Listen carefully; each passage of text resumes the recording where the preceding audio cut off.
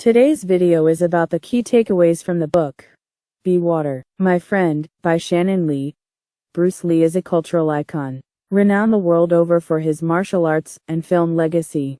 But Lee was also a deeply philosophical thinker, learning at an early age that martial arts are more than just an exercise in physical discipline. They are an apt metaphor for living a fully realized life. In Be Water, My Friend, Lee's daughter Shannon shares the concepts at the core of his philosophies, showing how they can serve as tools of personal growth and self-actualization. The theme in this summary is Bruce Lee-inspired theme. Hi friends, welcome to AvoReads. The books being summarized and reviewed here are on topics such as personal finance, investments, self-help, and self-improvement. So, let's get started on today's book.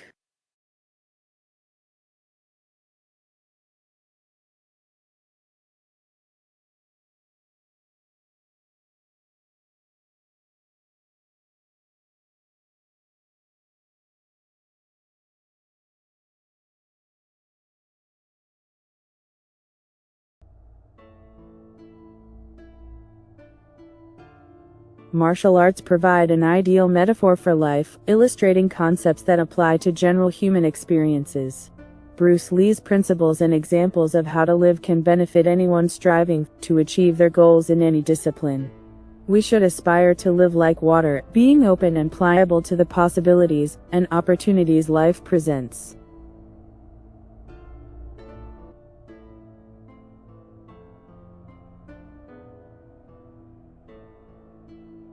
Being fully present. The notion of emptying your cup is the idea of letting go of the past and the future in favor of the present. It is the idea of mindfulness or being present, whereby you don't jump into the past to compare what you are doing right now, nor do you jump ahead into the future and think about how what you are experiencing now will benefit you later. Emptying your mind is important as it sets you up for everything that comes next. The author shares that the learned man can't truly take in anything that the Zen master is saying because he is simultaneously comparing and judging the information against his own. In other words, the learned man is not really listening as his mind is too full of his own views to let anything else in. Emptying your mind does not mean forgetting everything you have learned or giving up everything you believe. Instead, it means entering a conversation with a state of openness and neutrality.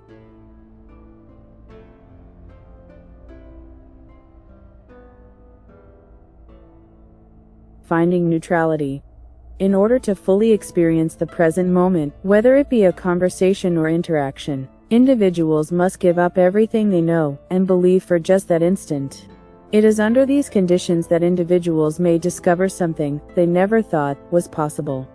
The author illustrates this with an example. If she walks into a party with a sense of dread, then she is subconsciously looking for evidence of that dread to prove herself right. While there may be dread at the party, she will not see anything that is enjoyable or fun. Instead, the author suggests finding neutrality by not having any sense of dread or the expectation of having a lot of fun before the party.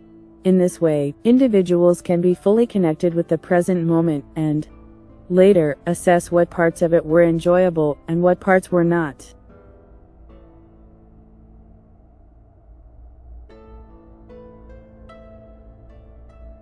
Adaptability and pliability. Throw a rock in a stream, and the stream adapts to make space for the rock. Water is present to its circumstances and surroundings, and therefore, it is ready to move in any direction that allows it passage. This openness and pliability mean that it is in a constant state of readiness, which is natural because it is simply being wholly itself. To be pliable like water is to adapt in response to your environment and your opponent. Water is always relaxed but ready. Think about the phrase opening the floodgates. When the water is being held back by an obstruction of some kind, it is calmly waiting but ready to move. Once the obstruction is removed, the water comes rushing through immediately without a moment's hesitation. Even while moving, it is in complete and effortless response to its environment. Water is responsive and alive. Life is always in motion and constantly changing, and we should always stay present and be conscious of our full experience, remain pliable in our thinking, and be responsive to situations. This way, when the floodgates open, we can flow on through. Otherwise, we limit our options for success, growth, and joy.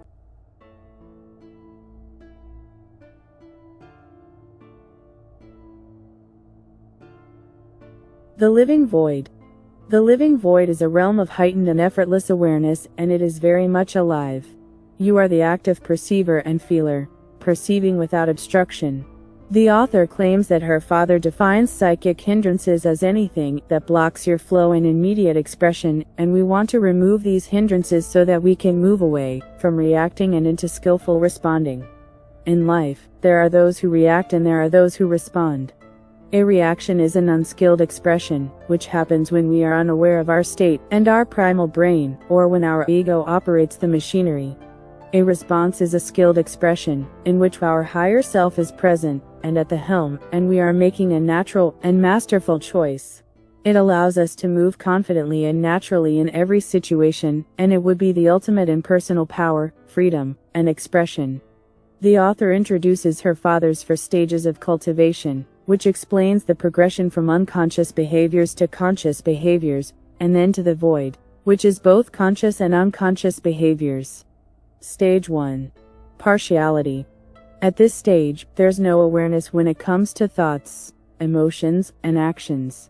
We are operating in unskilled reactions to what we narrowly perceive as good, or bad, right or wrong. When we get defensive, and are unwilling to listen, and consider another's point of view or feelings, we are in partiality. We refuse to see that there is any other side, any other experience, or any other way. We refuse to give anyone the benefit of the doubt, or take into consideration that they are coming from their own set of experiences and understanding of life up to this point. Stage 2. Fluidity. At this stage, we are open and engaged in learning and bettering ourselves. We acknowledge our mistakes and our blocks, and create processes through which to practice, learn, and grow. We also begin to recognize and perceive the limitations that everyone experiences, and we feel for them in a new way. Stage 3. Emptiness. This is the stage of living void, or the formless form. This is where consciousness and unconsciousness begin to work together as one. In life, we are trying to bridge the gap that exists between us and our goals, our dreams, our relationships, and our work. This gap is the place where consciousness and unconsciousness meet, for sometimes we make a conscious choice in that gap, and sometimes we react unconsciously, spurred on by our subconscious conditioning and our training. Oftentimes our choices are influenced by how much time we perceive we have to choose a path. If we have a lot of time, we can be more deliberate and conscious. Whereas if we have no time, we act subconsciously. The more we practice choosing quickly and the more practice conditioning our subconscious, the smaller the gap becomes regardless of how much time we may be given. We learn to act from a place of cultivated instinct. Stage 4. Jeet Kune Do. This 4th stage of cultivation is all you. You as the expression of your life, of your heart, of your soul.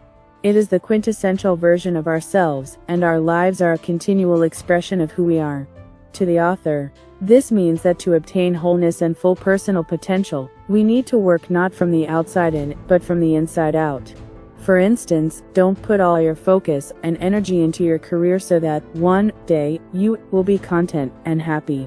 Work on being content and happy, and bring that into your career and the rest of your life. In this way, our lives become a true reflection of who we really are without artifice.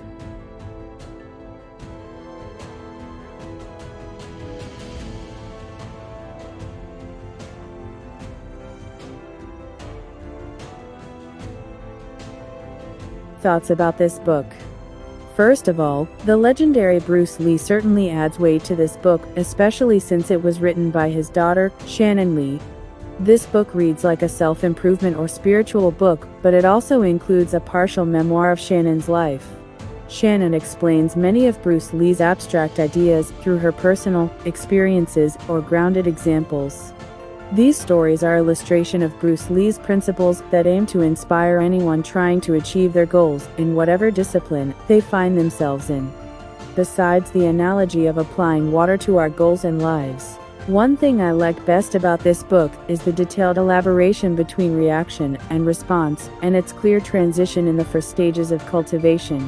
More often than not, when we are confronted with issues in our daily work or personal lives, we are susceptible to knee-jerk reactions. For example, whenever we sense that we are going to be criticized, our immediate reaction is to get defensive, rather than responding in the most favorable way we can. Usually, these are forms of unskilled expression, where the ego is the contributing factor, resulting in not optimally dealing with the situations in the best or most favorable way we can. We should avoid letting our feelings overwhelm our reasoning. In order to move towards responding to a confronted situation with skilled expression, we need to frequently practice conditioning our subconscious such that it becomes a cultivated instinct. This book stands out as one of the best self-help and self-improvement books available. I highly recommend it to anyone seeking to unlock their full potential and live a fulfilling life. Be water, my friend.